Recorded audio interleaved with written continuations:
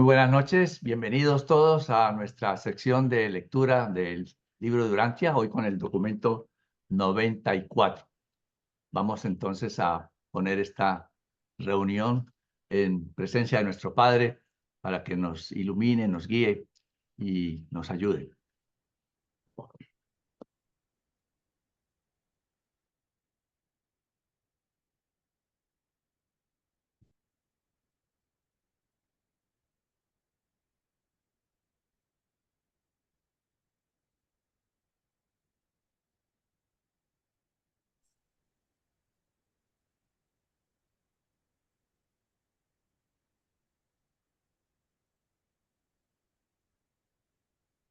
Muy bien, vamos entonces a iniciar la lectura de nuestro seminario Conociendo y Profundizando el libro de Urantia, el documento 94, las enseñanzas de Melquisedec en el Oriente.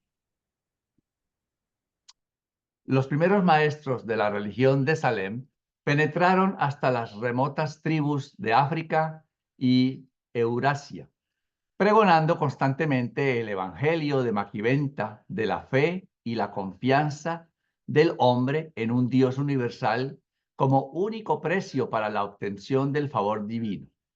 Miremos ese único precio, ¿cuál era? Solamente la fe y la confianza.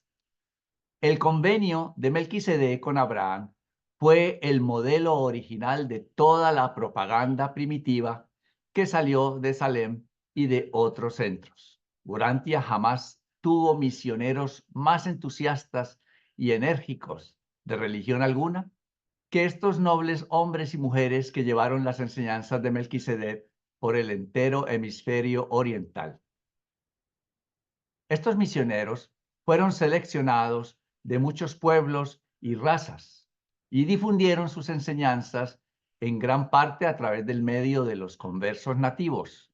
Establecieron centros de adiestramiento en diferentes partes del mundo donde enseñaron a los nativos la religión de Salem y luego encargaron a estos discípulos la función de maestros dentro de su propio pueblo. Ya una manera como irse multiplicando. Creo que ese mismo método se usaba en Dalmacia y también en el Jardín del Edén. Se traían unos cuantos de otros pueblos vecinos, se entrenaban y ellos iban allá a su pueblo a enseñar. Primero, las enseñanzas de Salem en la India védica. En los días de Melquisedec, la India era un país cosmopolita que había caído recientemente bajo el dominio político y religioso de los invasores arioanditas del norte y el oeste. En esta época, tan solo las porciones septentrional y occidental de la península estaban ampliamente dominadas por los arios. Estos recién llegados védicos habían traído consigo sus muchas deidades tribales. Sus formas religiosas de adoración seguían de cerca las prácticas ceremoniales de sus antepasados anditas, en el sentido de que el padre seguía funcionando de sacerdote y la madre de sacerdotisa, y el fogón se utilizaba, ¿no? Se seguía utilizando de altar. El culto védico estaba en ese momento en proceso de crecimiento y metamorfosis, bajo la dirección de la casta brahmánica, de los maestros sacerdotes, quienes gradualmente estaban tomando el control sobre el rito expansivo de la adoración.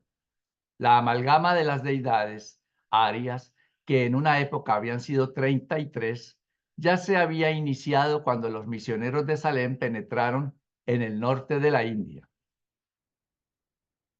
El politeísmo de estos arios representaba una degeneración de su anterior monoteísmo, ocasionada por su fragmentación en unidades tribales, cada tribu con su propio dios venerado. Esta degeneración del monoteísmo y el trinitarismo originales de la Mesopotamia andita estaba en proceso de resíntesis en los primeros siglos del segundo milenio antes de Cristo. Los muchos dioses estaban organizados en un panteón bajo la dirección triple de Yaus Pitar, el Señor de los Cielos, Indra, el tempestuoso señor de la atmósfera, y Agni, el dios tricéfalo del fuego, señor de la tierra y símbolo residual del previo concepto de la Trinidad. Claros desarrollos enoteístas estaban preparando el camino para un monoteísmo evolucionado. El enoteísta o enoteísmo es cuando hay varios dioses, como en este caso, pero uno de ellos está por encima de los otros. Entonces, esa era más o menos la idea que se tenía en ese entonces con estos tres. Y Agni era como el que estaba por encima de todos, el de las tres cabezas. Agni, la deidad más antigua, frecuentemente se exaltaba como padre cabeza de todo el panteón. El principio de deidad padre, a veces llamado Prajapati, a veces denominado Brahma, estuvo sumergido en una batalla teológica que los sacerdotes brahmánicos libraron más adelante con los maestros de Salem. El Brahman se concebía como el principio de energía divinidad que activaba el entero panteón védico. Los misioneros salemitas predicaban el Dios único de Melquisedec, el Altísimo en el cielo. Esta imagen no estaba en desacuerdo total con el concepto emergente del Padre Brahma como fuente de todos los dioses. Hasta ahí eran como parecidas las cosas, pero hay un pero. La doctrina de Salem no era ritualista y por lo tanto contradecía directamente los dogmas tradicionales y enseñanzas del sacerdocio brahmin. Los sacerdotes brahmánicos no quisieron nunca aceptar las enseñanzas de Salem de la salvación mediante la fe del favor de Dios sin observancias ritualistas y ceremonias de sacrificio. ¿Verdad? Siempre como que el ser humano tiende a que hay que hacer algo por algo. No se acepta tan fácil de que no hay que hacer nada, solamente es la fe. Pero ellos entendían que no, que hay que hacer algunos ritos, sacrificios, etc. El rechazo del evangelio de Melquisedec, de confianza en Dios y salvación mediante la fe, marcó un cambio fundamental para la India. Los misioneros de Salem habían contribuido mucho a la pérdida de la fe en todos los antiguos dioses védicos, pero los líderes, los sacerdotes del vedismo, se negaron a aceptar las enseñanzas de Melquisedec de un solo Dios y una fe sencilla. Los brahmanes tamizaron los escritos sagrados de su época para combatir a los maestros salemitas. Y esta recopilación, que más tarde fue revisada, ha llegado hasta los tiempos modernos bajo el nombre de Rig Veda, uno de los libros sagrados más antiguos. Acto seguido, los brahmanes recopilaron el segundo, tercero y cuarto Veda, con el objeto de cristalizar, formalizar y fijar sus ritos de adoración y sacrificio para el pueblo de aquellos días. En su mejor aspecto, estos escritos equivalen a cualquier otro cuerpo de carácter similar en belleza, de concepto y verdad de discernimiento. Pero a medida que esta religión superior se fue contaminando con miles y miles de supersticiones, cultos y ritos del sur de la India, se transformó progresivamente en el sistema de teología más diversificado que el hombre mortal haya desarrollado jamás.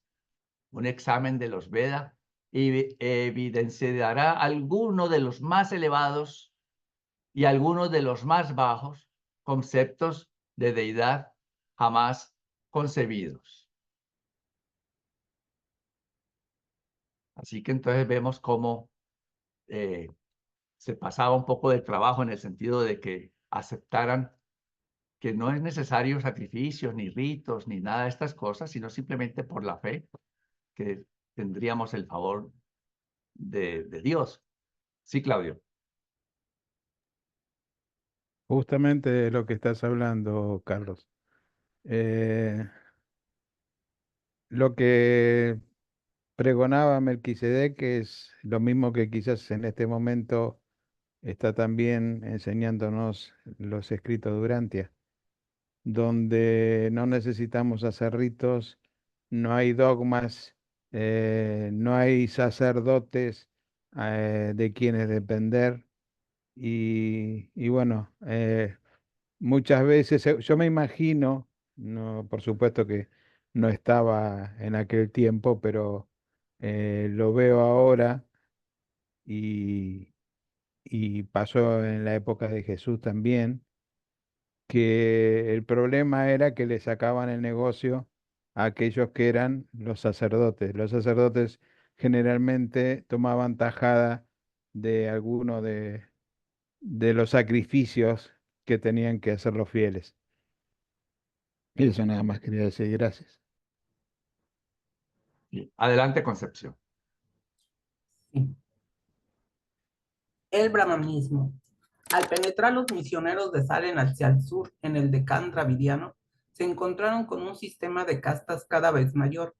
El esquema de los arios para prevenir la pérdida de identidad racial frente a la marejada en aumento de los pueblos saquis secundarios, puesto que la casta de los sacerdotes brahmánicos era la esencia misma de este sistema. Este orden social retardó considerablemente el progreso de los maestros de Salem. Este sistema de castas no consiguió salvar la raza aria, pero sí consiguió perpetuar a los brahmanes, quienes, a su vez, han mantenido la hegemonía religiosa en la India hasta el presente. Ahora, con el debilitamiento del vedismo a través del rechazo de la verdad más elevada, el culto de los arios quedó sujeto a incursiones cada vez mayores desde el Deccan. En un esfuerzo desesperado por contener la marea de excitación racial y obliteración religiosa, la casta brahmánica se exaltó a sí misma por sobre todas las cosas. Enseñaron que el sacrificio a la deidad es en sí mismo totalmente eficaz y que era apremiante en su potencia. Proclamaron que de los dos principios divinos esenciales del universo, uno era Brahman, la deidad, y el otro era el sacerdocio brahmánico. Ningún otro pueblo en Urantia tuvo sacerdotes que se presumieran exaltarse a sí mismos aún por encima de sus dioses, para asegurarse los honores debidos a sus dioses. Pero tan absurdamente exageraron con estas declaraciones presuntuosas que el entero sistema precario se derrumbó ante los cultos degradantes que fluían de las civilizaciones circunvecinas menos avanzadas. El vasto sacerdote védico mismo tropezó y se hundió en la negra inundación de la inercia y del pesimismo que su propia presunción egoísta y tonta atrajo sobre toda la India. La concentración exagerada en el yo condujo con toda seguridad a un temor de la perpetuación no evolutiva del yo en un constante círculo de encarnaciones sucesivas, de hombre, bestia o planta, y de todas las creencias contaminadoras que podrían haber afectado a lo que pudo haber sido un monoteísmo emergente. Ninguna fue tan embaucadora como esta creencia en la transmigración, la doctrina de la reencarnación de las almas, que provenía del Deccan dravidiano. Esta creencia en la tediosa y monótona vuelta de transmigraciones repetidas quitó a los mortales luchadores su largamente y acariciada esperanza de encontrar aquella liberación y avance espiritual en la muerte que había sido parte de la previa fe védica. Esta enseñanza filosóficamente debilitadora fue seguida muy pronto por la invención de la doctrina del eterno escape del yo mediante la inmersión en el descanso y paz universales de la unión absoluta con Brahman, la superalma de toda la creación. El deseo mortal y la ambición humana fueron efectivamente eliminados y virtualmente destruidos.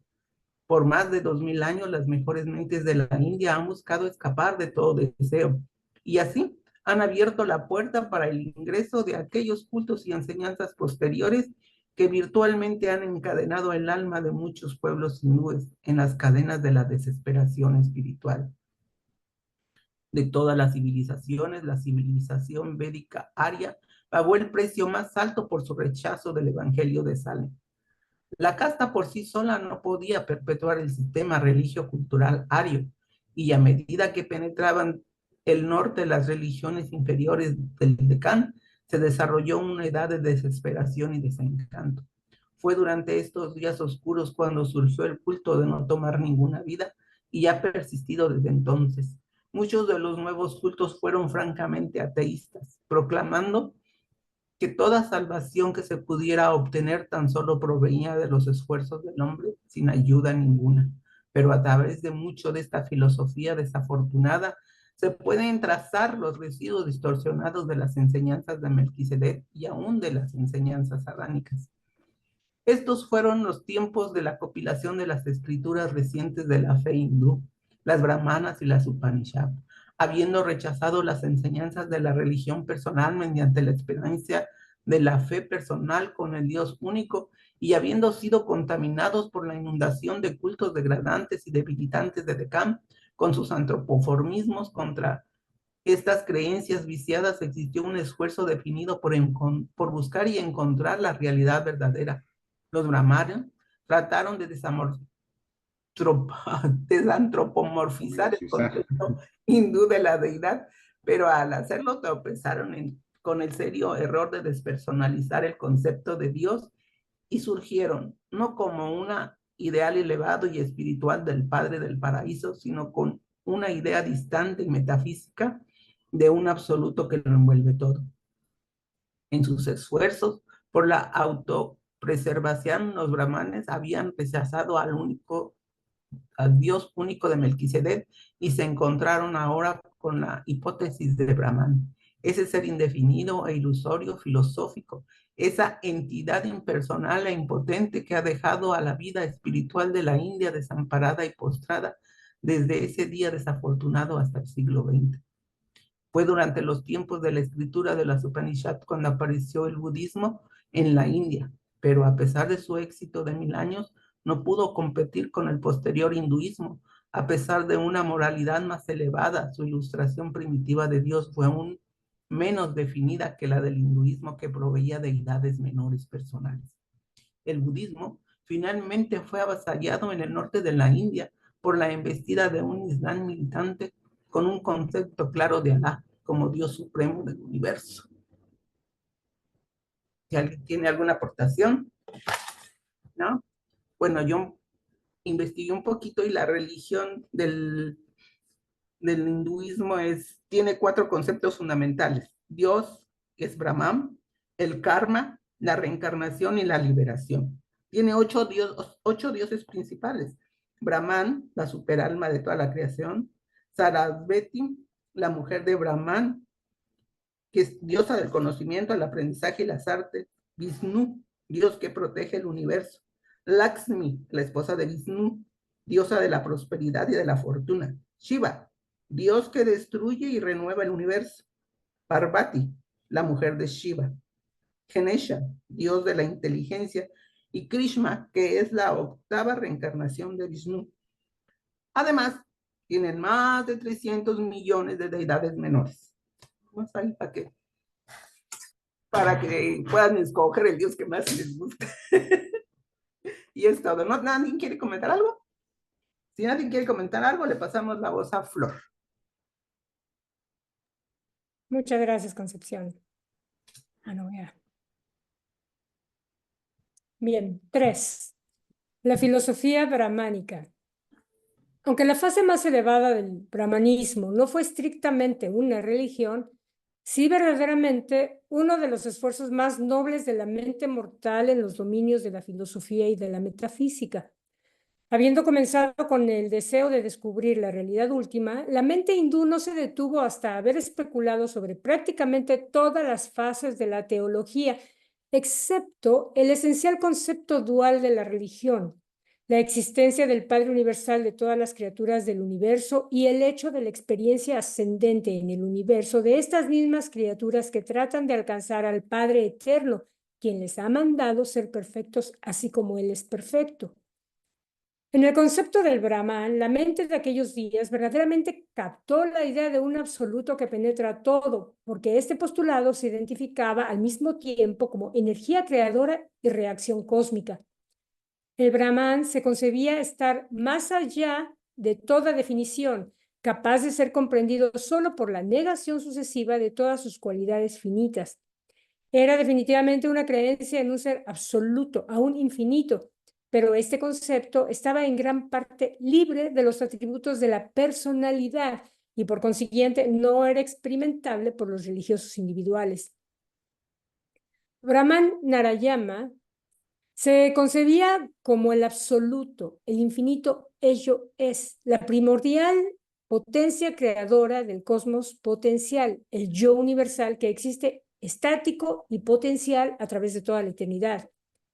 Si los filósofos de aquellos días hubiesen sido capaces de hacer el siguiente avance en la concepción de la deidad, si hubiesen sido capaces de concebir el Brahman como asociativo y creador, como una personalidad alcanzable por los seres creados y evolutivos, entonces dicha enseñanza quizá podría haberse transformado en el retrato más avanzado de la deidad en Urantia, puesto que habría comprendido los primeros 5 niveles de la función total de la deidad.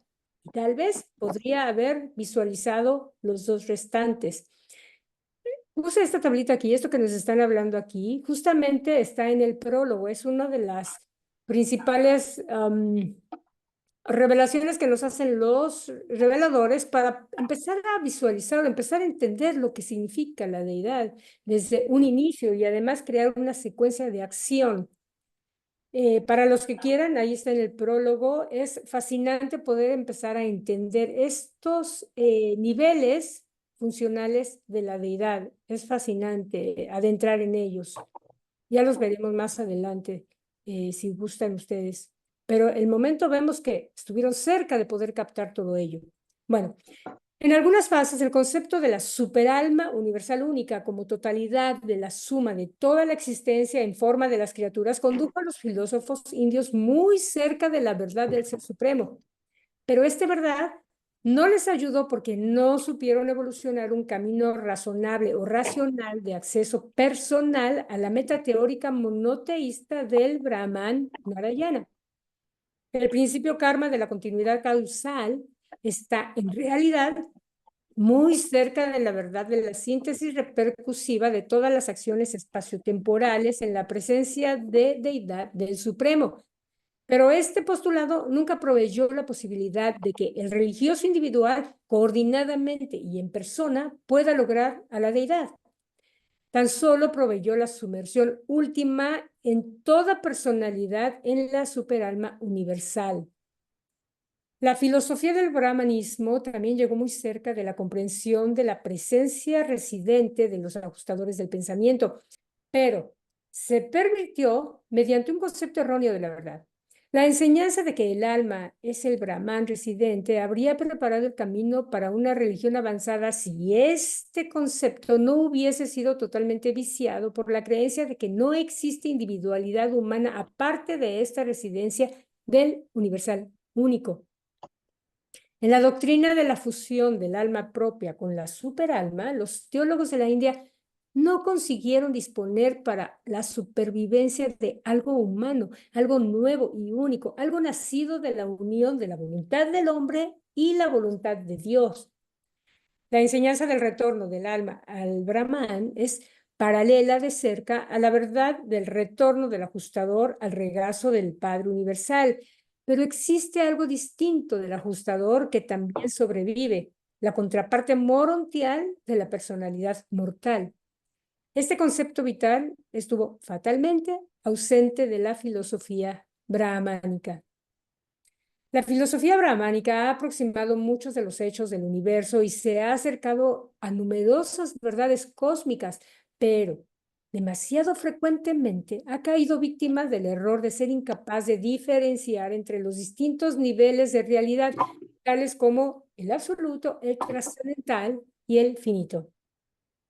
No ha sabido tomar en cuenta aquello que puede considerarse el finito ilusorio en un nivel absoluto, pero puede ser absolutamente real en el nivel finito. Tampoco ha sabido reconocer la personalidad esencial del Padre Universal, quien es personalmente alcanzable en todos los niveles a partir de la experiencia limitada de la criatura evolucionaria con Dios hasta la experiencia ilimitada del Hijo Eterno con el Padre del Paraíso. Verdaderamente es hermoso leer esto, o sea, las luchas de pensamiento, las luchas por alcanzar un conocimiento o un entendimiento de lo que es la deidad, es fascinante y bueno, lograron algo igual yo creo nuestras luchas hoy en día por tratar de entender lo que es la deidad es muy similar, yo creo. Claro, ahora gracias a la revelación, pues es como que ya nos dieron una ligera ayudadita para poder entender un poquito más de qué se trata, ¿no? Pero en esos tiempos debió de haber sido difícil, creo yo, aunque contaron con ayudas como la de Melquisedec, por ejemplo, ¿no? Pero aún así quizá debió de haber sido bien difícil poder entenderlo. Qué bueno que los reveladores pensaron en nosotros. Y les damos las gracias, por cierto. Adelante, Claudio. Gracias. Y quería hacerte una pregunta, Flor. Quizás, o sea, es un problema de concepto que yo puedo llegar a tener. O sea, en lo que pienso o entendí de lo que dice el libro, o sea, a lo mayor que podemos llegar a ser nosotros es una divinidad, que no es lo mismo que una deidad. Pero acá habla también de una deidad potencial, o sea, que podría llegar a ser. ¿Nosotros estaríamos dentro de eso? O, digamos, en el mejor de los casos, si llegamos al paraíso, podemos llegar a ser una divinidad. Mira, yo ahí tengo mis reservas. Hay quienes dicen que somos como diosesitos chiquititos y hay quienes dicen que somos divinidad. Yo francamente, yo pienso que somos mortales ascendentes de una esfera de tiempo y espacio que podremos llegar a tener cierto potencial y actualidad, ambos, ¿no? O sea, potencial es todo lo que puedes llegar a ser, actualidad es lo que eres. Y claro, cada vez que tienes una nueva actualidad, se abre la puerta de a un nuevo potencial, ¿no?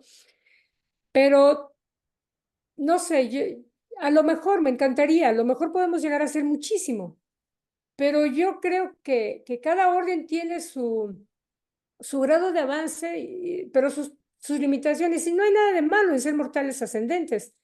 O sea, qué No, lindo, porque además, si no llegamos a ser divinidades como muchos piensan que podemos llegar a ser, oye, tenemos un gran privilegio el haber empezado desde abajo. O sea, ¿quién podrá platicar en el futuro, allá arriba, cuando estemos, por ejemplo, como finalistas, que venimos de un mundo con los conflictos que estamos viviendo ahora? O sea, y que aguantamos vara y que pudimos sacar adelante, entendiendo o no entendiendo, llorando o no llorando. O sea, pero imagínate la riqueza de esa vivencia, de esa experiencia, tan es así que el mismo Jesús vino hasta acá a entenderlo en su propia experiencia, lo que significa conocer esas realidades, ¿no? Ahora, si eso te da opción para llegar a ser o llegar a tener un estatus bajo el cual pudieras tener un cierto grado de divinidad, sería genial. Honestamente, yo pienso que cada orden tiene su encanto, su función, sus límites. Y si como algunos piensan que somos diosesitos, pues yo verdaderamente lo dudo, porque los dioses fueron creados dioses desde un principio, y el encanto de nosotros de ser la orden más baja de criaturas inteligentes, pues es también hermoso. Entonces, no sé, pero ¿qué te parece si cuando esté el cuerpo de la finalidad te lo platico? Porque ahorita francamente como que no se bueno. me ocurre pensar que podemos llegar a tener ese estatus de divinidad. No, igual estoy totalmente de acuerdo contigo. Eh, en lo que quiero decir, el ser un mortal ascendente, el ser un espíritu ascendente, ya es más que un orgullo para un mortal del tiempo y el espacio como lo somos en este momento. Claro, Entonces, o sea, el llegar a ser una deidad, o sea, llamo deidad a algo que está asociado directamente con Dios. ¿Sí? Una divinidad es algo, este, quizás llamarlo secundario, pero de todas maneras no es despreciable, al contrario. El poder llegar a ser una divinidad es más que un orgullo. claro. Pero lo importante es, o sea, la carrera que tengamos que hacer y será Dios el que se encargue de darnos el nombre o el rango correspondiente. Gracias. Bueno, ahora mira, hay que tomar en cuenta una cosa. Nosotros, dentro de nosotros, tenemos la presencia del jefe de jefes.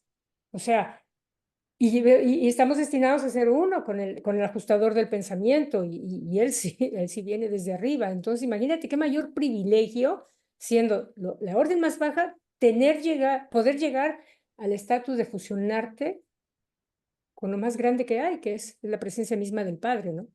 Claro. Muy cierto. Gracias. ¿Alguna otra idea, inquietud? ¿No? Si no, le paso el micrófono a Rita. Adelante, Rita. 4. La religión hindú. Con el pasar de los siglos en India, la plebe volvió en parte a los ritos antiguos de los Vedas, tal como habían sido modificados por las enseñanzas de los misioneros de Melquisedec y cristalizados por el sacerdocio brahmánico posterior. Esta, la más antigua y cosmopolita de las religiones mundiales, ha sufrido cambios ulteriores en respuesta al budismo, al jainismo y a las influencias posteriores del maometismo y del cristianismo. Pero para cuando llegaron las enseñanzas de Jesús, éstas se habían vuelto tan occidentalizadas como para constituir una religión del hombre blanco, por lo tanto, extraña y ajena a la mente india. La teología hindú actualmente ilustra 4 niveles descendentes de deidad y divinidad. 1. El Brahman, el absoluto, el infinito único, el ello es. 2. El Trimurti, la Trinidad Suprema del hinduismo. En esta asociación, Brahma, el primer miembro, se concibe como autocreado del Brahman, o sea, de la infinidad. Si no fuese por su identificación estrecha con el uno infinito panteísta, Brahma podría constituir los cimientos de un concepto del Padre Universal. Brahma también se identifica con el Hado. La adoración del segundo y tercero de los miembros, Shiva y Vishnu, surgió en el primer milenio después de Cristo. Shiva es el señor de la vida y de la muerte, el dios de la fertilidad y el amo de la destrucción. Vishnu es extremadamente popular debido a la creencia de que se encarna periódicamente en forma humana. De esta manera, Vishnu se torna real y viviente en la imaginación de los indios. Shiva y Vishnu son considerados por algunos supremos por sobre todos. 3. Deidades védicas y post-védicas. Muchos de los antiguos dioses de los arios, tales como Agni, Indra, Soma, han persistido como secundarios a los 3 miembros del Trimurti. Han surgido numerosos dioses adicionales desde los días primitivos de la India védica y estos también han sido incorporados en el panteón hindú. 4. Los semidioses, superhombres, semidioses, héroes, demonios, fantasmas, espíritus malignos, duendes, monstruos, trasgos y santos de los cultos más recientes. Aunque el hinduismo ha fallado en vivificar al pueblo indio, al mismo tiempo ha sido una religión muchas veces tolerante. Su gran fuerza yace en el hecho de que ha demostrado ser la más adaptativa, amorfa de las religiones que hayan aparecido en Urantia. Es capaz de cambios casi ilimitados y posee una gama poco común de adaptación flexible, desde las especulaciones elevadas y semi-monoteístas del brahmin intelectual hasta el fetichismo flagrante y las prácticas primitivas de culto de las clases desventajadas y retrógradas de creyentes ignorantes. El hinduismo ha sobrevivido porque es esencialmente una parte integral del telar social básico de la India. No posee una jerarquía importante que pueda ser sacudida o destruida. Está entretejida en el esquema de vida del pueblo. Tiene una adaptabilidad a las condiciones cambiantes que excede a todos los demás cultos y demuestra una actitud tolerante de adopción hacia muchas otras religiones, habiéndose hasta declarado que Gautama Buda y aún Cristo mismo fueron encarnaciones de Vishnu. En la India existe hoy una gran necesidad de la ilustración del Evangelio de Jesús, la paternidad de Dios y la filiación y consiguiente hermandad de todos los hombres, que se realiza personalmente en el ministerio amante y el servicio social. En la India existe el esquema filosófico, la estructura cultista está presente.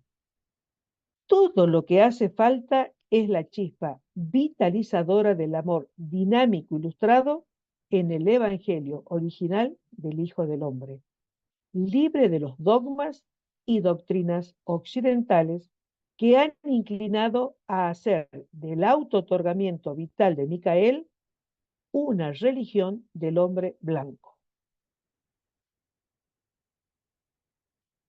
Bueno, ¿algún comentario que quisieran hacer? No hay nada. Bueno, le paso entonces a Carlitos.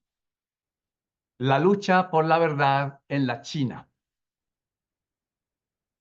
Ya nos fuimos de la India y vamos a ver qué pasó en la China. A medida que los misioneros de Salem pasaron por Asia, difundiendo las doctrinas del Dios Altísimo y de la salvación mediante la fe, solamente mediante la fe, sin sacrificios y sin nada de esas cosas, ¿qué pasó con ellos? Fueron absorbiendo, ¿no? Absorbieron mucho de la filosofía y del pensamiento religioso de los distintos países que atravesaron. Pero inicialmente no fue así. Pero los maestros comisionados por Melquisedec y sus sucesores fueron fieles a su encargo. Penetraron en todos los pueblos del continente eurasiático y llegaron a la China a mediados del segundo milenio antes de Cristo. En Sefuch, que está en el mapita marcado allí, más o menos donde estaba ubicado, por más de 100 años, los alemitas mantuvieron su sede, capacitando allí a los maestros chinos que enseñaron a lo largo y a lo ancho de todos los dominios de la raza amarilla.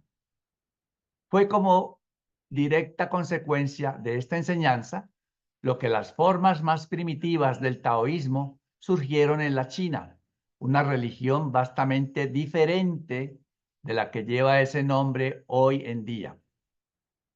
El taoísmo primitivo o proto-taoísmo era un compuesto de los siguientes factores. Primero, los residuos de las enseñanzas de Singlanton, que persistían en el concepto de Changti, el dios del cielo.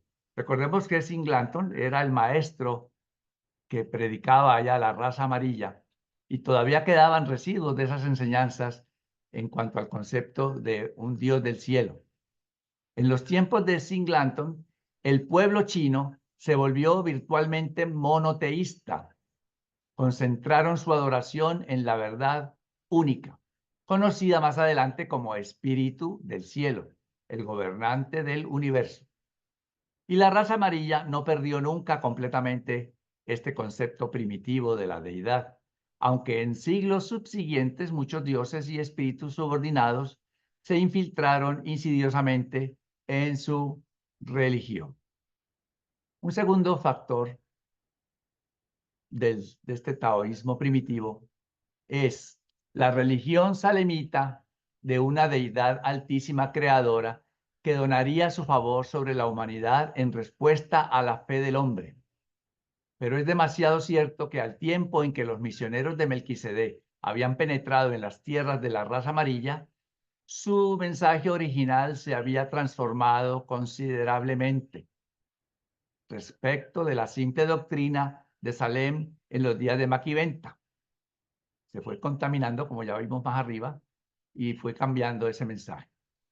Tercer factor, el concepto del Brahman absoluto de los filósofos indios, combinado con el deseo de escapar a todo mal.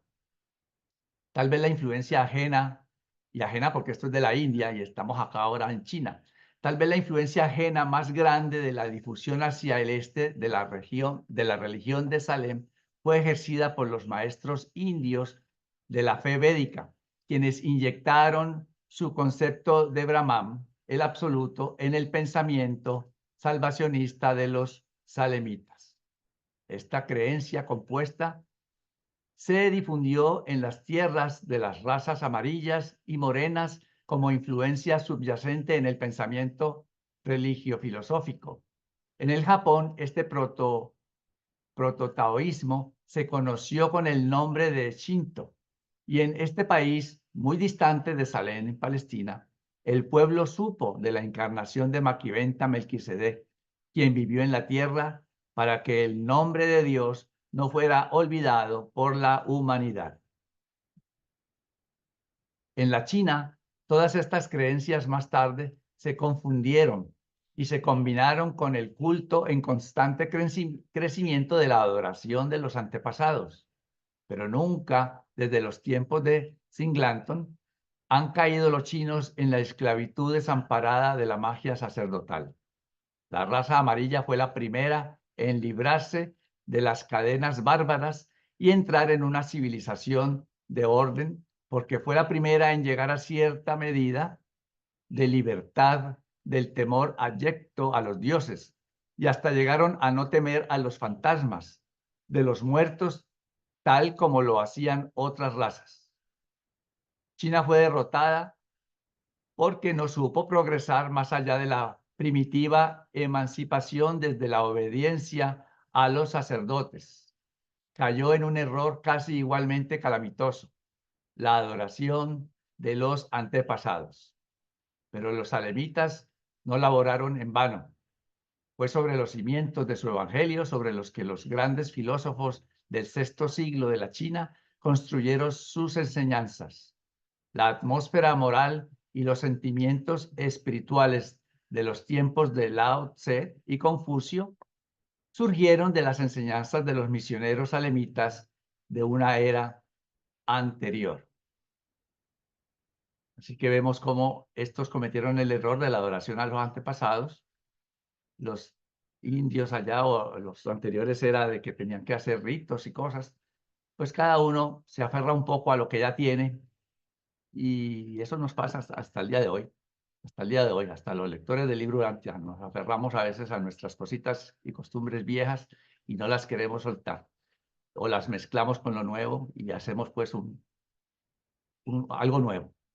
Entonces, pero la semilla queda. Fíjese que nos dice ahí que esa semilla de Melquisedec de tantos años y tan lejos como llegar al Japón fue base para las enseñanzas, como vamos a ver más adelante, de Buda, de Confucio, de Lao Tse. Alguna cosita, quizá ellos no tenían ni idea de dónde vendrían esas ideas que ellos introdujeron en sus conceptos, en sus filosofías. Así que entonces, si alguien quiere comentar algo más, si no, le damos paso a Flor. Gracias, Carlitos. Bien, 6. Lao Tse y Confucio. Unos 600 años antes de la llegada de Micael, Melquisedec, ya partido desde hacía mucho de la carne, tuvo la impresión de que la pureza de sus enseñanzas en la tierra estaba siendo amenazada peligrosamente por la absorción general de las creencias más antiguas de Urantia. Por cierto tiempo parecía que su misión como antecesor de Micael podía estar en peligro de fallar.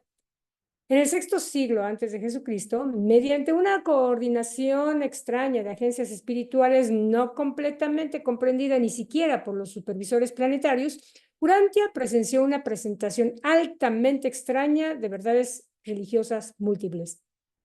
Mediante la agencia de varios maestros humanos, el Evangelio de Salem fue redeclarado y revitalizado, y tal como se lo presentó entonces, mucho ha persistido hasta los tiempos de este escrito.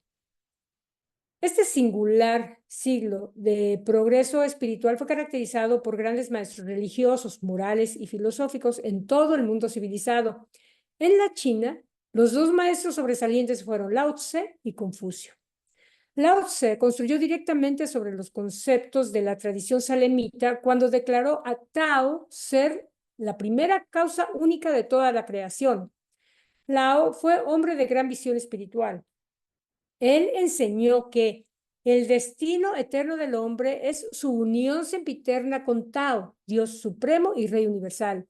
Su comprensión de la causalidad última fue muy profunda, pues escribió: la unidad surge del Tao absoluto y de la unión aparece la dualidad cósmica y de dicha dualidad surge a la existencia la Trinidad y la Trinidad es la fuente principal de toda realidad. Y toda realidad está por siempre equilibrada entre los potenciales y los actuales del cosmos, y estos están eternamente armonizados por el espíritu de la divinidad. Lao Tse también hizo una de las presentaciones más tempranas de la doctrina de devolver el bien por el mal. La bondad genera bondad, pero para el que es verdaderamente bueno, el mal también genera bondad. Él enseñó el retorno de la criatura a su creador e ilustró la vida como el surgimiento de una personalidad de los potenciales cósmicos, mientras que la muerte equivalía al regreso al hogar de esta personalidad de la criatura. Su concepto de auténtica fe era poco común y él también lo asemejó a la actitud de un niño. Su comprensión del propósito eterno de Dios era clara, pues dijo: la deidad absoluta no lucha, pero siempre es victoriosa. No fuerza a la humanidad, pero está siempre lista para responder a sus deseos auténticos. La voluntad de Dios es eterna en paciencia y eterna en la inevitabilidad de su expresión.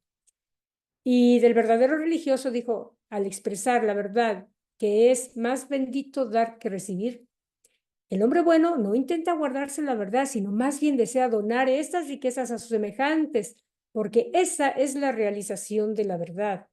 La voluntad del Dios absoluto siempre beneficia, jamás destruye. El objetivo del verdadero creyente es actuar siempre, pero no forzar nunca. Las enseñanzas de Lao sobre la no resistencia y la distinción que hizo entre acción y coerción se pervirtieron más adelante en las creencias de no ver, no hacer ni pensar nada. Pero Lao jamás enseñó ese error, aunque su presentación de la no resistencia haya sido un factor en el desarrollo ulterior de las predilecciones pacíficas del pueblo chino. Pero el taoísmo popular en el siglo XX en Urantia tiene poco en común con los elevados sentimientos y los conceptos cósmicos del viejo filósofo que enseñó la verdad tal como la percibía, que era esa fe en el Dios absoluto, que es la fuente de la energía divina que rehará al mundo y mediante la cual el hombre asciende a la unión espiritual con Tao, la deidad eterna y el creador absoluto de los universos.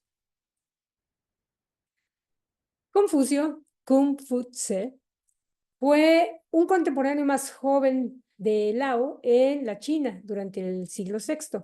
Confucio basó sus doctrinas sobre las mejores tradiciones morales de la larga historia de la raza amarilla y también fue en cierto modo influido por los residuos de las tradiciones de los misioneros de Salem. Su labor fundamental consistió en la compilación de dichos sabios de los filósofos antiguos. Fue un maestro rechazado durante su vida, pero sus escritos y enseñanzas han ejercido desde entonces una gran influencia sobre la China y el Japón. Confucio estableció nuevos parámetros para los chamanes en cuanto colocó la moralidad en lugar de la magia, pero construyó demasiado bien. Creó un nuevo fetiche del orden y estableció un respeto por la conducta ancestral que aún es venerado por los chinos al tiempo de este escrito. La predicación de Confucio sobre la moralidad se basaba en la teoría de que el camino de la tierra es la sombra distorsionada del camino de los cielos, que el esquema verdadero de la civilización temporal es el reflejo del orden eterno del cielo. El concepto potencial de Dios en el confucianismo estaba casi completamente subordinado al énfasis colocado en el camino del cielo, el esquema del cosmos. Las enseñanzas de Lao se han perdido para todos, excepto para unos cuantos en el Oriente, pero los escritos de Confucio han constituido desde entonces la base del tejido moral de la cultura prácticamente para un tercio de los urantianos. Estos preceptos de Confucio, aunque perpetúan lo mejor del pasado, eran en cierto modo contrarios al mismo espíritu chino de investigación responsable de esos logros tan venerados.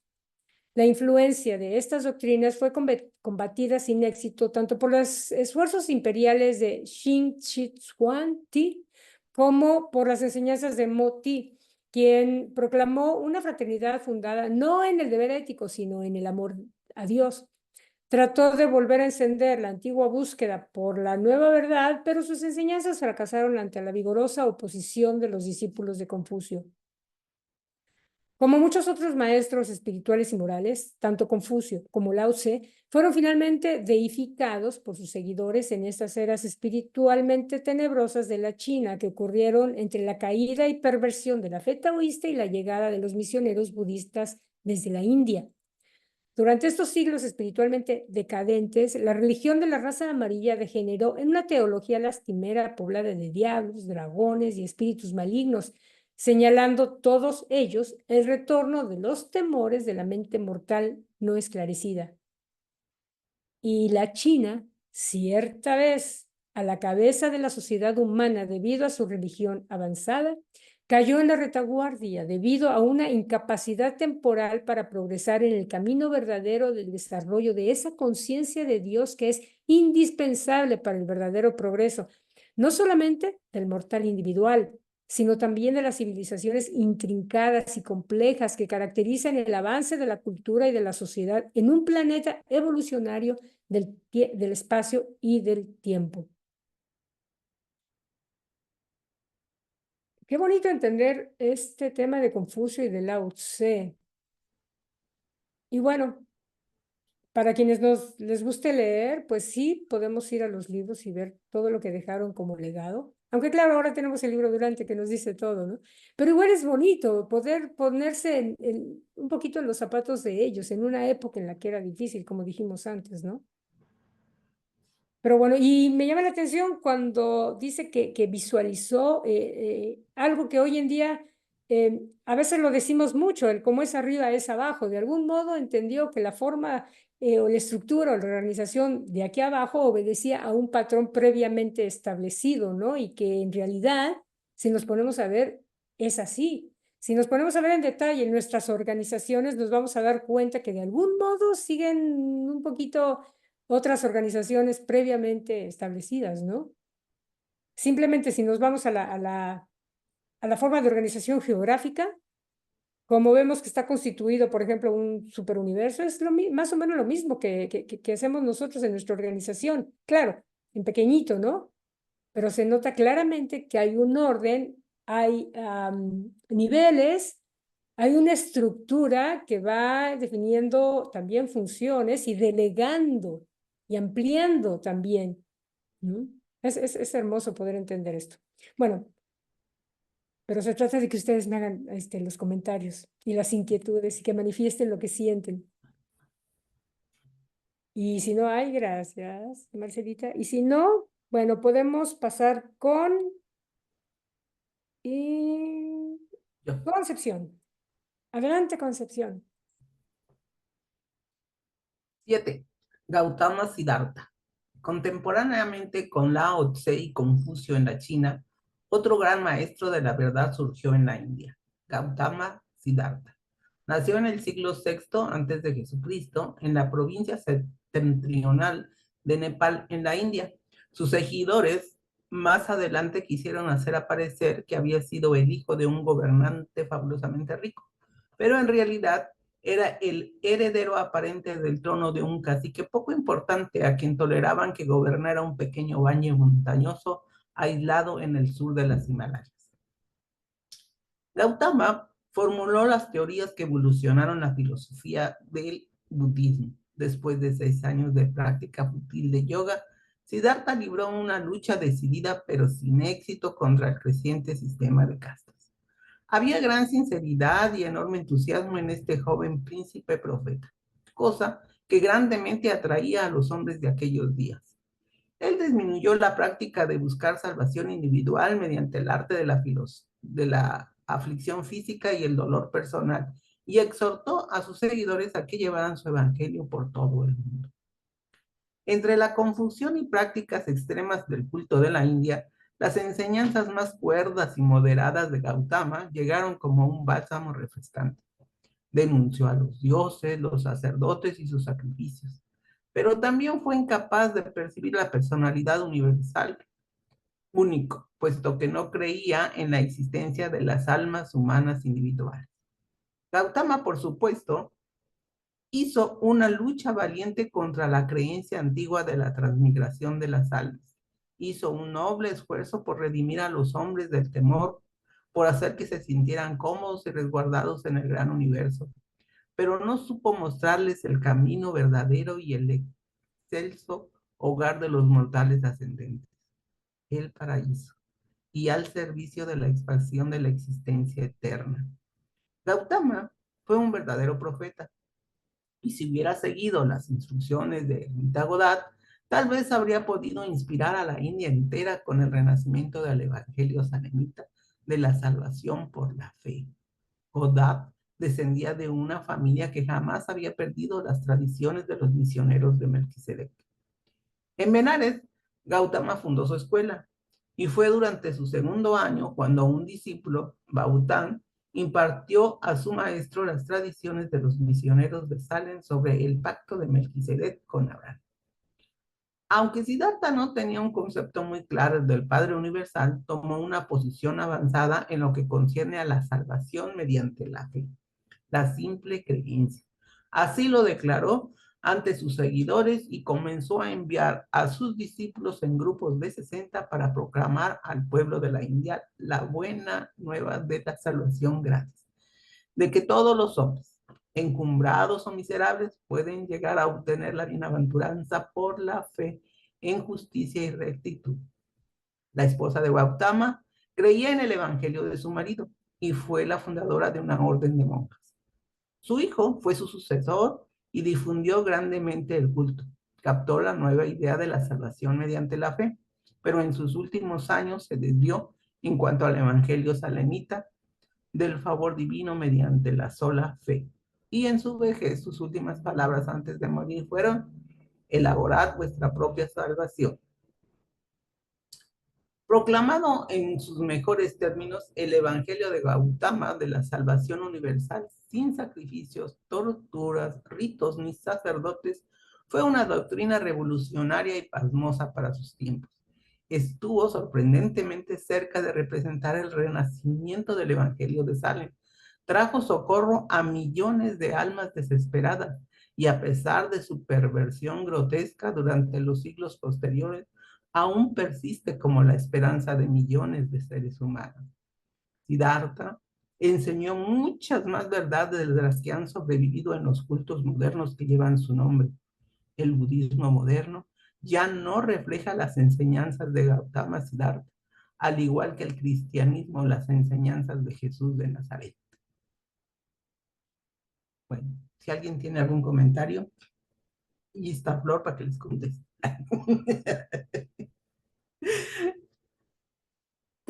¿No? Bueno, entonces le pasamos la voz a Rita.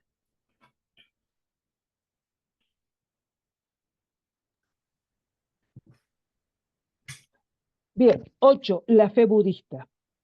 Para hacerse budista, bastaba con hacer profesión pública de fe, recitando el refugio. Me refugio en el Buda, me refugio en la doctrina, me refugio en la fraternidad. El budismo se originó en una persona histórica, no en un mito. Los seguidores de Gautama le llamaron Shasta, que significaba amo o maestro. Aunque no pretendió nada sobrehumano ni para sí mismo ni para sus enseñanzas, Muy pronto sus discípulos comenzaron a llamarle el esclarecido, el Buda. Más adelante, Sakyamuni Buda. El evangelio original de Gautama se basaba en 4 verdades nobles. 1. Las nobles verdades del sufrimiento. 2. Los orígenes del sufrimiento. 3. La destrucción del sufrimiento. Y 4. El camino hacia la destrucción del sufrimiento. Estrechamente vinculada a la doctrina del sufrimiento y de escapar del mismo, estuvo la filosofía de 8 cauces: opiniones justas, aspiraciones, discurso, conducta, sustento, esfuerzo, raciocinio y contemplación. No fue el propósito de Gautama intentar destruir todo esfuerzo, deseo y afecto al escapar del sufrimiento. Más bien su enseñanza estaba dirigida a ilustrar para el hombre mortal la futilidad de colocar por entero toda esperanza y toda aspiración en objetivos temporales y fines materiales.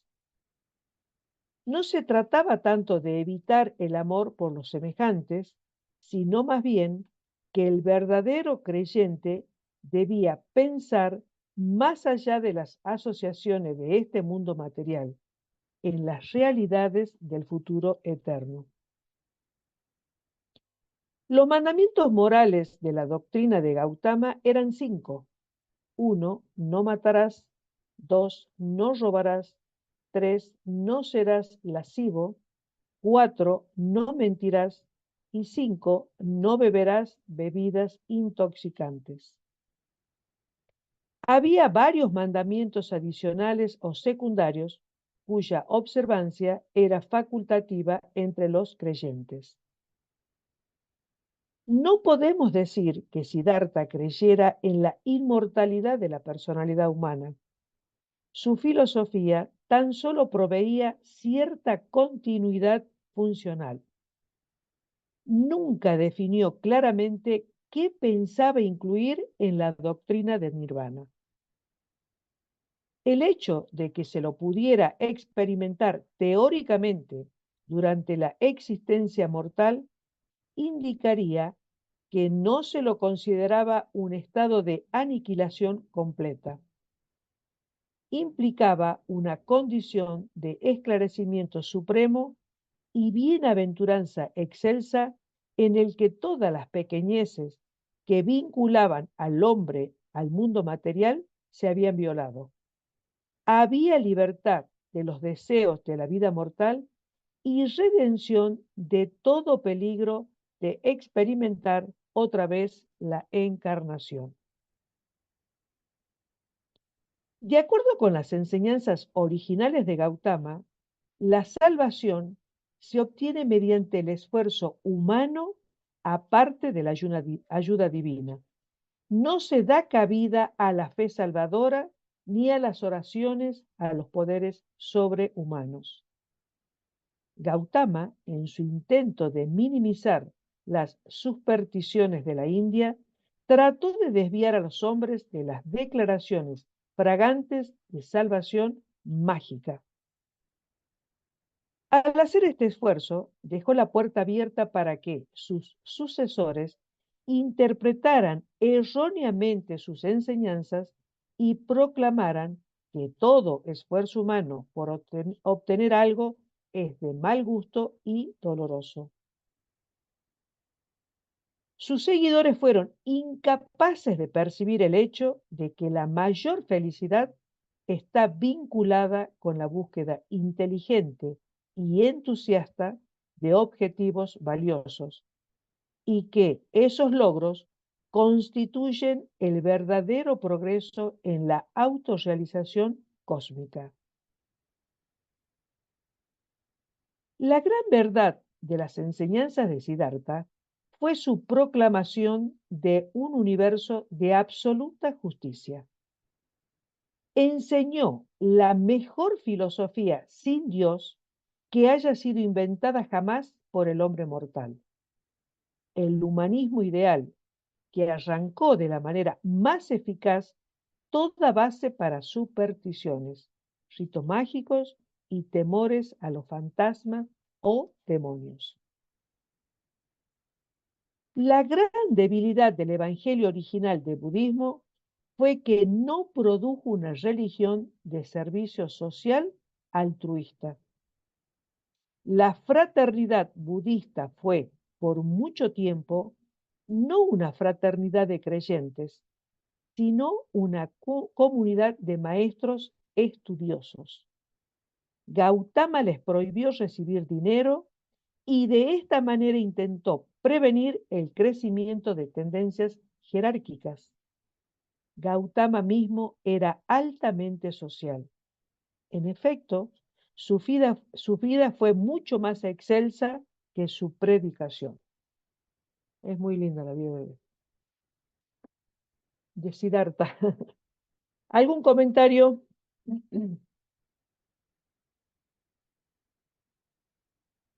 Todo está clarito, todo lindo, todo bien. Bueno, entonces le doy lugar a Elenita. Muchas gracias. 9. La difusión del budismo. El budismo prosperó porque ofrecía salvación mediante la creencia en el Buda, el esclarecido. Fue más representativo de las verdades de Melquisedec que cualquier otro sistema religioso que se encontrara en Asia Oriental. Pero el budismo no se difundió sobremanera como religión hasta no ser adoptado como autoprotección por el monarca de baja casta, Asoka, quien, después de Akenatón en Egipto, fue uno de los gobernantes civiles más notables entre Melquisedec y Micael. Asoka construyó un gran imperio indio mediante la propaganda de sus misioneros budistas. Durante un periodo de 25 años, adiestró y envió a más de 17,000 misioneros a las fronteras más alejadas de todo el mundo conocido. En una generación, hizo del budismo la religión dominante de la mitad del mundo. O sea, fue grande lo que hizo Asoka en una sola generación. En cuestión de 25 años, creció esta religión a la mitad del mundo, como dice aquí, del mundo conocido en ese entonces. Esta muy pronto quedó establecida en Tíbet, Cachemira, Ceilán, Birmania, Java, Siam, Corea, la China y el Japón. Y en términos generales, una religión vastamente superior a las que suplantó o mejoró. La difusión del budismo desde su lugar de origen en la India a toda Asia es una de las historias más emocionantes de devoción espiritual y persistencia misionera de religiosos sinceros. Los maestros del Evangelio de Gautama no solo se enfrentaron a los peligros de las rutas de caravanas por toda la tierra, sino que también hicieron frente a los peligros de los mares chinos al cumplir con su misión en el continente asiático, llevando a todos los pueblos el mensaje de su fe. Pero este budismo ya no era la simple doctrina de Gautama, era un evangelio plagado de creencias en los milagros, que tornaba a Gautama un dios. Y cuanto más se alejó el budismo de su hogar en las tierras elevadas de la India, tanto más distintas de la enseñanza de Gautama llegaron a ser sus enseñanzas. Y tanto más parecida creció esta religión a las religiones que suplantaba. El budismo, más adelante, fue altamente influido por el taoísmo en la China, el shinto en el Japón y el cristianismo en Tíbet. Después de 1000 años después de 1000 años en la India, el budismo simplemente se marchitó y expiró. Se volvió brahmanizado y más adelante se rindió en forma abyecta al Islam.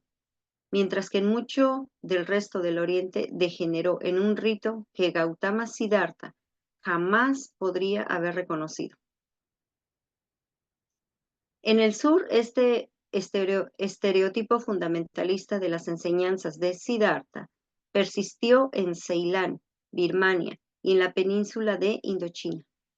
Esta es la división hinayana del budismo que se aferra a la primitiva doctrina social.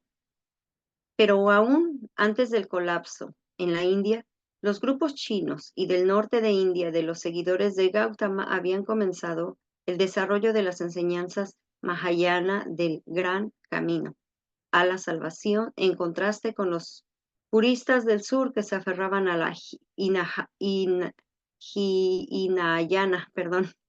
Hinayana o Camino Menor. Y estos mahayanistas se liberaron de las limitaciones sociales inherentes a la doctrina budista. Y desde entonces, esta división norteña del budismo ha continuado evolucionando en la China y el Japón.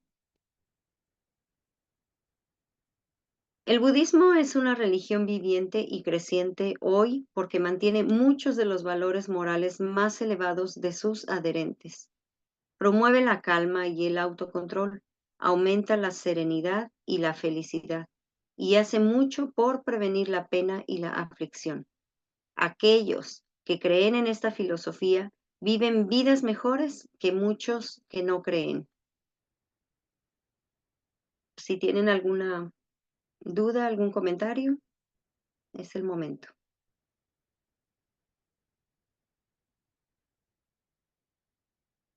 Si no, entonces paso el micro a Carlitos. Gracias, Elena. La religión en el Tíbet. En el Tíbet se puede encontrar la asociación más extraña de las enseñanzas de Melquisedec, combinadas con el budismo, el hinduismo, el taoísmo y el cristianismo.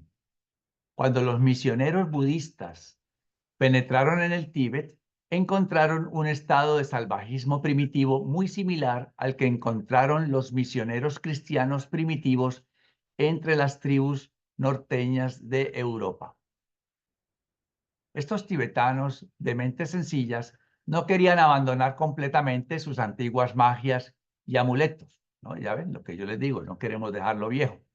El examen de las ceremonias religiosas de los ritos tibetanos de hoy en día revela una fraternidad pululante de sacerdotes con la cabeza afeitada que practican un rito elaborado que comprende campanas, cantos, incienso, procesiones, rosarios, imágenes, amuletos, pinturas, agua bendita, vestimentas magníficas y coros elaborados. Cuentan con dogmas rígidos y credos cristalizados, es decir, que están ahí como cemento, no se puede quitar ni añadir nada, ritos místicos y ayunos especiales. Su jerarquía abraza a monjes, monjas, abades y el gran lama. Rezan a los ángeles, a los santos, a la Madre Sagrada y a los dioses. Practican confesiones y creen en el purgatorio. Bueno, me da la impresión que no está como describiendo a los monjes en el Tíbet, porque me está haciendo acordar de otras cosas más. Sus monasterios son extensos y sus catedrales magníficas. Mantienen una repetición sin fin de ritos sagrados y creen que tales ceremonias otorgan la salvación. Atan sus oraciones a una rueda y cuando ésta gira, creen que sus peticiones se tornan eficaces. No se puede encontrar entre ningún otro pueblo de los tiempos modernos la observancia de tantas cosas provenientes de tantas religiones. Y es inevitable que tal liturgia cumulativa se vuelva extraordinariamente pesada e intolerablemente engorrosa. Los tibetanos tienen algo de todas las religiones principales del mundo, excepto las simples enseñanzas del Evangelio de Jesús. Dice, lo más importante, eso no lo tienen. ¿Y cuál es ese Evangelio? La filiación con Dios, la hermandad con el hombre y la ciudadanía en constante ascenso en el universo eterno. Entonces ya vemos cómo ha ocurrido ahí en el Tíbet esa mezcla de tanta cosa. O sea que podría yo deducir que entonces eso surgió de la mezcla de muchas cosas y costumbres antiguas que han ido pasando, porque precisamente los pueblos anteriores, si dejaran lo viejo y se quedaran con lo nuevo, no tendríamos esa mezcla que hay hoy en día en tantas mentes y en tantas filosofías y creencias. Pero si alguien quiere añadir un poco más, siga, Rafael. Sí. Sí, yo considero, bueno, como yo soy practicante de artes marciales, me llamó la atención ahorita los monjes budistas, porque también tienen pues, un rito, un entrenamiento de artes marciales muy intensivo, ¿no? Pero bueno, conozco de buena fuente de practicantes internos de allá del Tíbet, que es un entrenamiento extenuante y que finalmente tuvieron que abandonar porque es una, en palabras de mi amigo, es una rutina que no lleva a nada.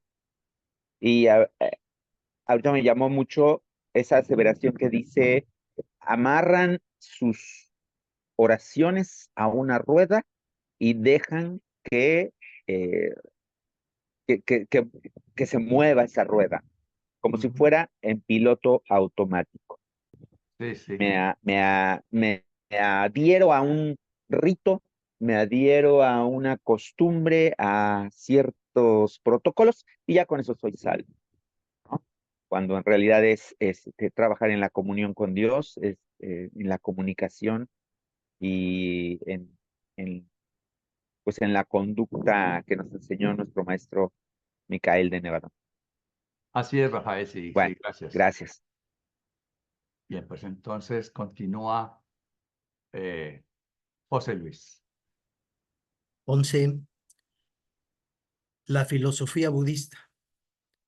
El budismo entró a la China en el primer milenio después de Cristo y se adaptó bien a las costumbres religiosas de la raza amarilla.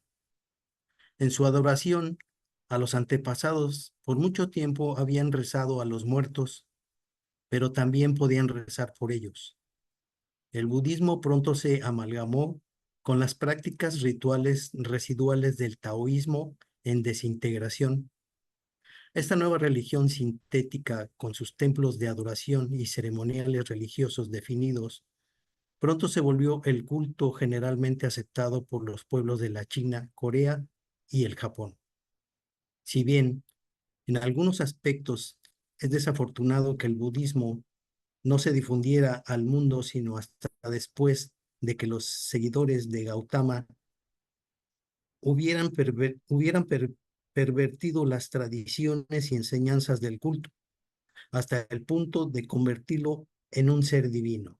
No obstante, este mito de su vida humana, embellecido como estaba en una multitud de milagros, resultó muy atractivo para los oyentes del Evangelio del budismo del norte de Mahayana.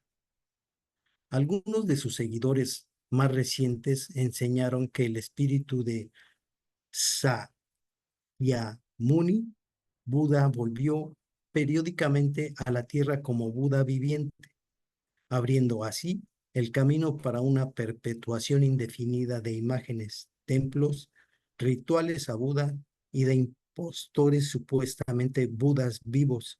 Así pues, la religión del gran protestante indio finalmente terminó encontrándose encadenada con aquellas mismas prácticas ceremoniales y encantamientos ritualistas contra los cuales había luchado tan valientemente y que tan atrevidamente había denunciado. El gran avance de la filosofía budista consistió en su comprensión de la relatividad de toda verdad. A través del mecanismo de esta hipótesis, los budistas han sido capaces de reconciliar y correlacionar las divergencias dentro de sus propias escrituras religiosas, así como también las diferencias entre las suyas y las de otros. Se enseñaba que la pequeña verdad era para mentes pequeñas, la gran verdad para mentes grandes. Esta filosofía también sostenía que la naturaleza divina de Buda residía en todos los hombres, que el hombre, por medio de sus esfuerzos, podía alcanzar la realización de esa divinidad interior. Y esta enseñanza es una de las presentaciones más claras de la verdad de los ajustadores residentes que se haya hecho jamás por una religión de Urantia. Pero una gran limitación del evangelio original de Siddhartha, tal como fue interpretado por sus seguidores, consistió en que intentaba la liberación completa del yo humano de todas las limitaciones de la naturaleza mortal, mediante cósmica es el resultado de la identificación con la realidad cósmica y con el cosmos finito de la energía, la mente y el espíritu, limitados por el espacio y condicionados por el tiempo.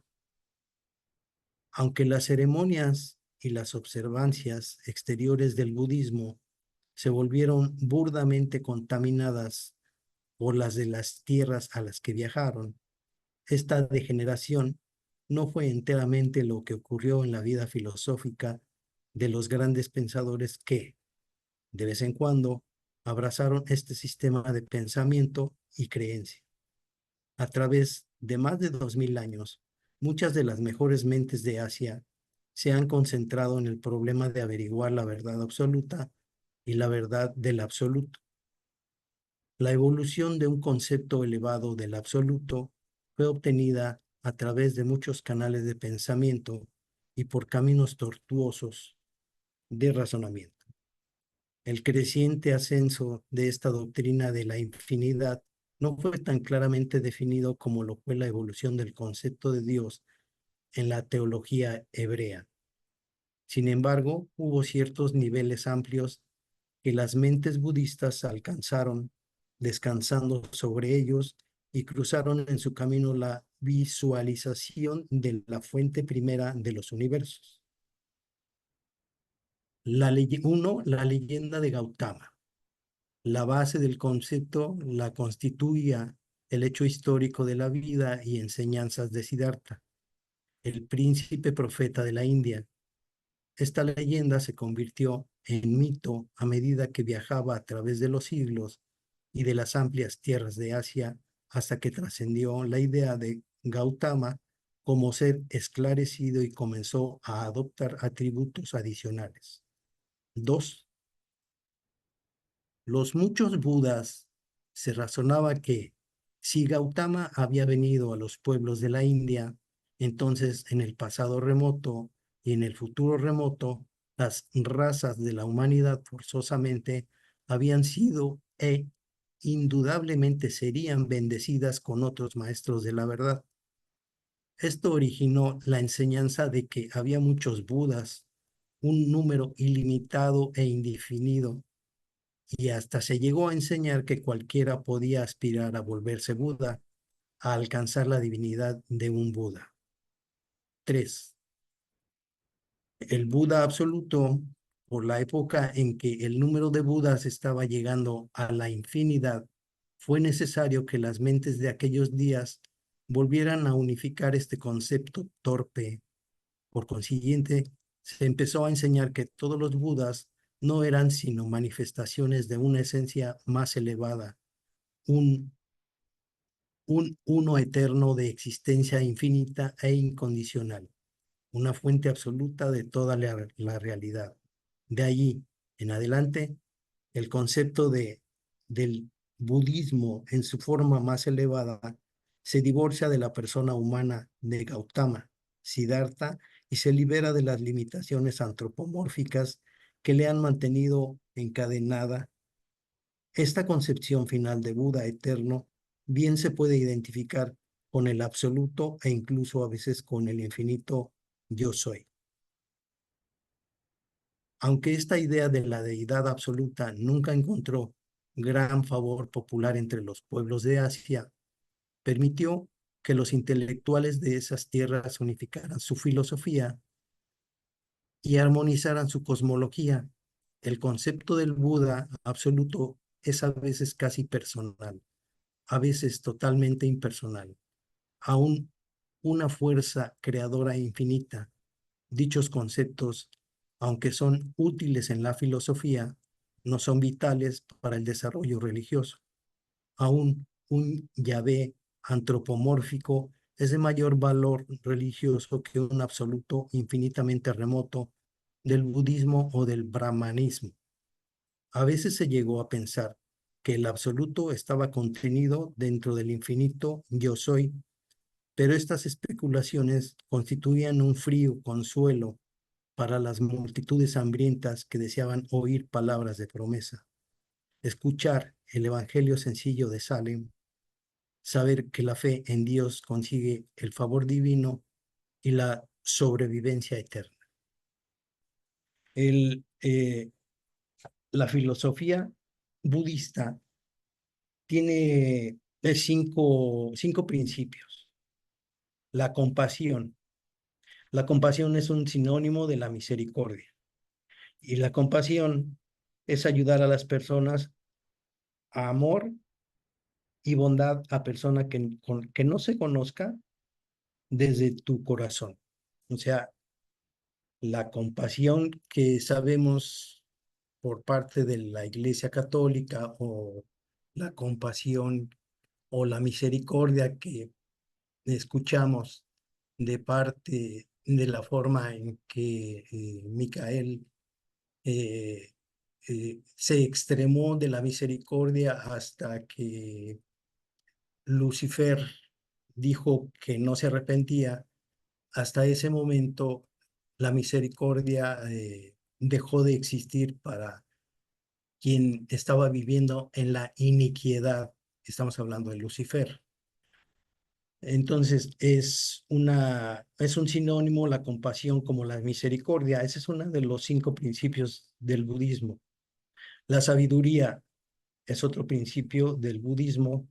Y la sabiduría, si recordamos, es uno de los espíritus auxiliares de la mente, de los 7 que tenemos los seres humanos. Y la sabiduría, habla la filosofía budista, que la ignorancia es la raíz de todos los sufrimientos, puede volar con compasión, sabiduría espiritual y sabiduría espiritual. Otro de los 5 principios es la pureza. La pureza no se toca en que yo, desde el punto de vista de las lecturas hasta donde yo llevo la quinta revelación, yo no había escuchado aquí nada más que en esta filosofía de la pureza, este principio de la pureza que habla la filosofía hindú, dice que es una actitud sin mancha, pura, sin agradecimiento a cualquier acción, pero que debe ser pura en favor de los demás.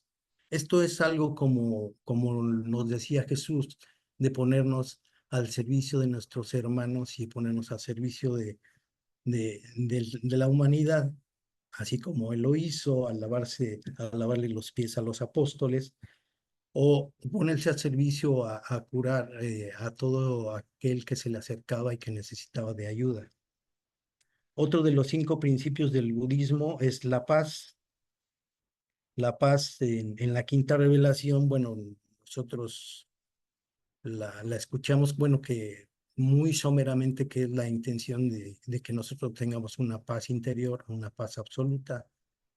Y el budismo habla de que la paz es dejar a otro vivir en paz, haya una paz mundial y que debe empezar por uno mismo. Y efectivamente, si queremos que filosóficamente haya paz en el mundo, bueno, pues entonces debemos primero vernos hacia adentro, ver a ese ser que todos los días en la mañana vemos reflejado en el espejo, ese ser al cual nosotros habitamos en carne y que el espíritu que está dentro de ese ser en carne es el que debe cambiar a través de la mente. Entonces, si mentalmente cambiamos mentalmente tenemos la posibilidad, tenemos ese poder de cambiar las cosas a nuestro favor.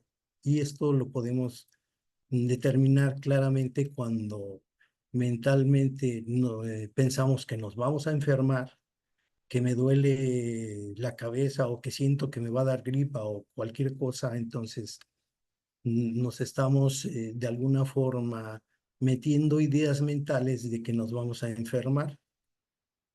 De otra forma, si realmente sentimos alguna característica que se nos haya bajado en nuestro sistema inmune y nuestra mente ayuda y manda y colabora al cuerpo, entonces definitivamente no nos vamos a enfermar.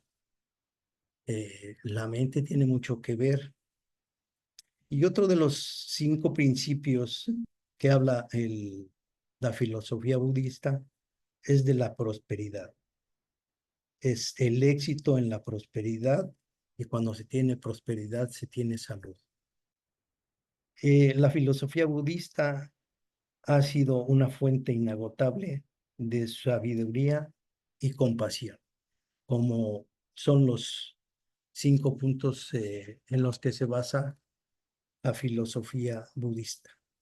¿Alguien quiere agregar algún comentario más o alguna pregunta que tengan?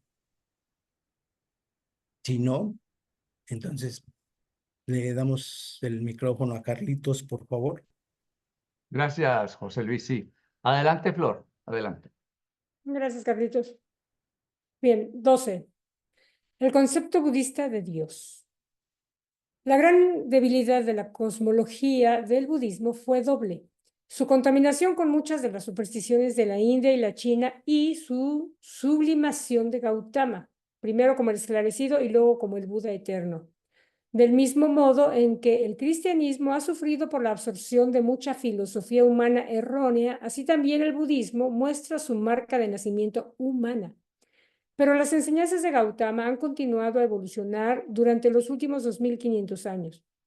El concepto de Buda para un budista esclarecido ya no corresponde a la personalidad humana de Gautama, así como el concepto de Jehová ya no es idéntico al espíritu demoníaco de Oreb para un cristiano esclarecido. La pobreza de terminología, juntamente con la retención sentimental de la nomenclatura antigua, frecuentemente impide comprender el significado verdadero de la evolución de los conceptos religiosos. Gradualmente, el concepto de Dios, en contraste con el del absoluto, comenzó a aparecer en el budismo. Sus fuentes se encuentran en los primeros días de la diferenciación entre los seguidores del camino menor y los del camino mayor. Fue en esta última subdivisión del budismo donde el concepto dual de Dios y el absoluto finalmente maduró. Paso a paso, de siglo en siglo, el concepto de Dios ha evolucionado hasta que, con las enseñanzas de Ryonin, Onen, Shonin y Shinran en el Japón, este concepto finalmente dio fruto en la creencia en Amida Buda. Entre estos creyentes se enseña que el alma, al sufrir la muerte, puede elegir disfrutar de una estadía en el paraíso antes de entrar al nirvana, el nivel último de la existencia. Se proclama que esta nueva salvación se obtiene por la fe en las misericordias divinas y por el cuidado amante de Amida, Dios del paraíso en el oeste. En su filosofía, los amidistas creen en una realidad infinita que está más allá de toda comprensión mortal finita. En su religión se aferran a la fe de un Amida todo misericordioso que tanto ama al mundo que no puede soportar que un solo mortal que llame su nombre en fe auténtica y con corazón puro deje de obtener la felicidad excelsa del paraíso. La gran fuerza del budismo consiste en que sus adherentes están libres de elegir la verdad en todas las religiones. Dicha libertad de elección pocas veces ha caracterizado a una fe urantiana. En este aspecto, la secta Shin del Japón se ha vuelto uno de los grupos religiosos más progresivos del mundo. Ha revivido el antiguo espíritu misionero de los seguidores de Gautama y ha comenzado a enviar maestros a otros pueblos. Esta capacidad para apropiarse de la verdad proveniente de cualquier y toda fuente es indudablemente una tendencia admirable que aparece entre los creyentes religiosos durante la primera mitad del siglo XX después de Cristo. El budismo mismo está experimentando un renacimiento en el siglo XX.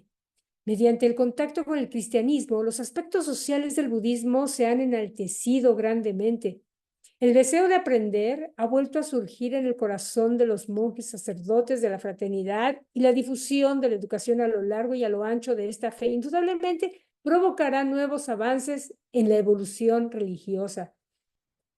En el momento de este escrito, buena parte de Asia coloca su esperanza en el budismo.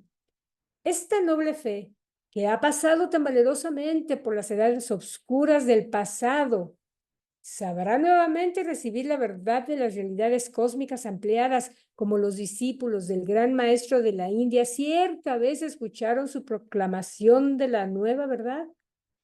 Responderá esta antigua fe nuevamente al estímulo vigorizante de la presentación de los nuevos conceptos de Dios y del absoluto que por tanto tiempo ha buscado. Urantia entera está esperando la proclamación del mensaje ennoblecedor de Micael, libre de las doctrinas y dogmas acumulados en 19 siglos de contacto con las religiones del origen evolucionario. Está llegando la hora de presentar al budismo, al cristianismo, al hinduismo, aún a los pueblos de todas las fes, no el evangelio sobre Jesús, sino la realidad viviente espiritual del evangelio de Jesús. Este documento fue presentado por un Melquisedec de Nevadón y la lectura de hoy estuvo a cargo de Carlos García, Concepción Aduna, Rita Colantonio, Elena López, Elenita, José Luis Flores y una servidora, Flor Robles.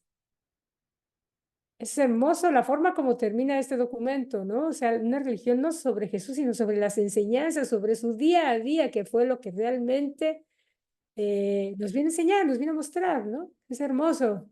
A ver, vamos, adelante, Marcelita, adelante. No es lo mismo leer solo que leer acompañado.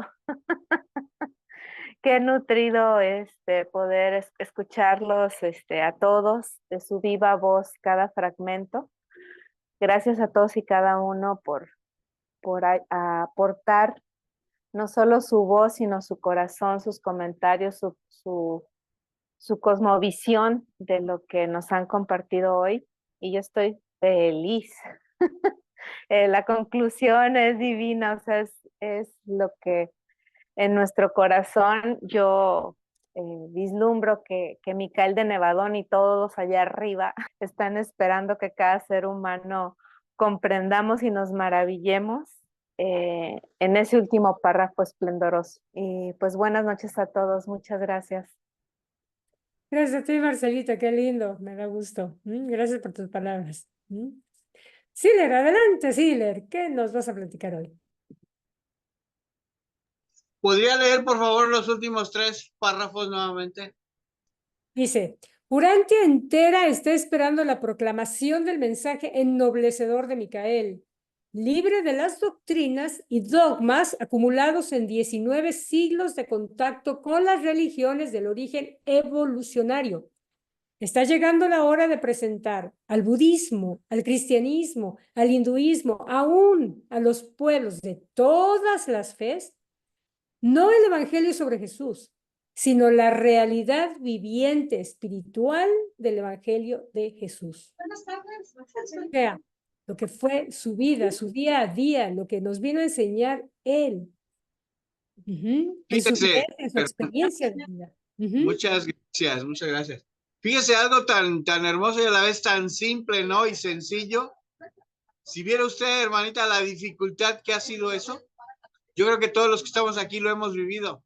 Lo hemos tratado de compartir, lo hemos tratado de que otras personas lo vivan, que piensen lo que nosotros pensamos, que se den al menos la oportunidad de leer el libro, de tratar de llegar a ese conocimiento, a ese entendimiento. Y si viera usted qué tan difícil es, era lo que yo quería compartirles porque yo lo he vivido y a veces no lo entiendo. No sé qué pasará con los ajustadores de pensamiento que hay dentro de cada uno de ellos, pero es bien difícil que eso suceda, ¿eh? Bien Yo creo difícil. que, ¿sabes qué, Siller? Están esperando que nosotros inventemos algún tipo de talento, algún tipo de magia, arte o desarrollemos algo que les pueda llegar, porque imagínate si todos los que estamos aquí creamos algo diferente o decimos palabras o X, a alguien le va a hacer eco. No Yo sabemos pienso que a veces no es para todos, aunque debería de ser para todos, pero no es para todos. Va a ser, es cosa de tiempo y paciencia y esperar el momento. Y sí, le va a llegar a todos. De hecho, ahorita les voy a hacer un comentario mediante el cual podemos hacer, pero vamos a darle unos segunditos a Marcelita para que diga lo que quiere y ahorita les tengo un comentario que hacer. Me llega en lo más profundo las palabras de Siller y sí, definitivamente en mi caso sí lo he vivido y la forma que yo quiero compartir que he enfrentado esta dolorosa realidad para que precisamente no duela tanto es tenemos que disfrutar el conocimiento y compartirlo con el que esté preparado y no desgastarnos y no sufrir y llorar y tirarnos con tantos que se niegan a la verdad, porque si Jesús hubiera tomado esa actitud, no estaríamos aquí. Pero en realidad, ¿sabes Gracias. qué? Nunca sabemos cuándo en realidad alguien no está preparado, porque en realidad puede no estar preparado, pero le das una palabrita y algo pasa. Sí, Ahí está el ajá, espíritu de la verdad exactamente, actuando. Entonces, exactamente. y Sí, para estoy de acuerdo esto, contigo. les quería comentar una cosa. Gracias. Estamos en agosto, ¿verdad? ¿De acuerdo? ¿Ustedes saben qué se celebra en agosto? Todos lo saben, ¿verdad? Entonces los quiero invitar a que para el día 22, porque ahora nuestro jueves no va a caer en 21, sino va a caer en 22, ese día tendremos nuestra reunión. Ese día estaba hablando con Carlitos y en lugar de hacer una lectura, ¿qué les parece si cada uno de ustedes, los que quieran, los que deseen, en 3 minutitos, expresan lo que es Jesús en su vida, lo que es la llegada de Jesús, la presencia de Jesús o el conocer a Jesús, el haber tenido acceso a entender lo que es Jesús en sus vidas? ¿Qué les ha cambiado? ¿Qué les ha motivado? ¿Cómo lo expresarían ustedes? Bueno, pues entonces hemos terminado en esta noche con el documento 94 y los invito para que le den una lecturita y una miradita al documento 95 la próxima semana sobre las enseñanzas de Melquisedec ya hacia el occidente. No siendo más por el momento, les deseo feliz resto de día, feliz fin de semana y nos veremos la próxima semana con el favor de Dios. Gracias. Gracias, Muchísimas bendiciones. gracias. Bendiciones. Un abrazo a todos. Gracias. Abrazos.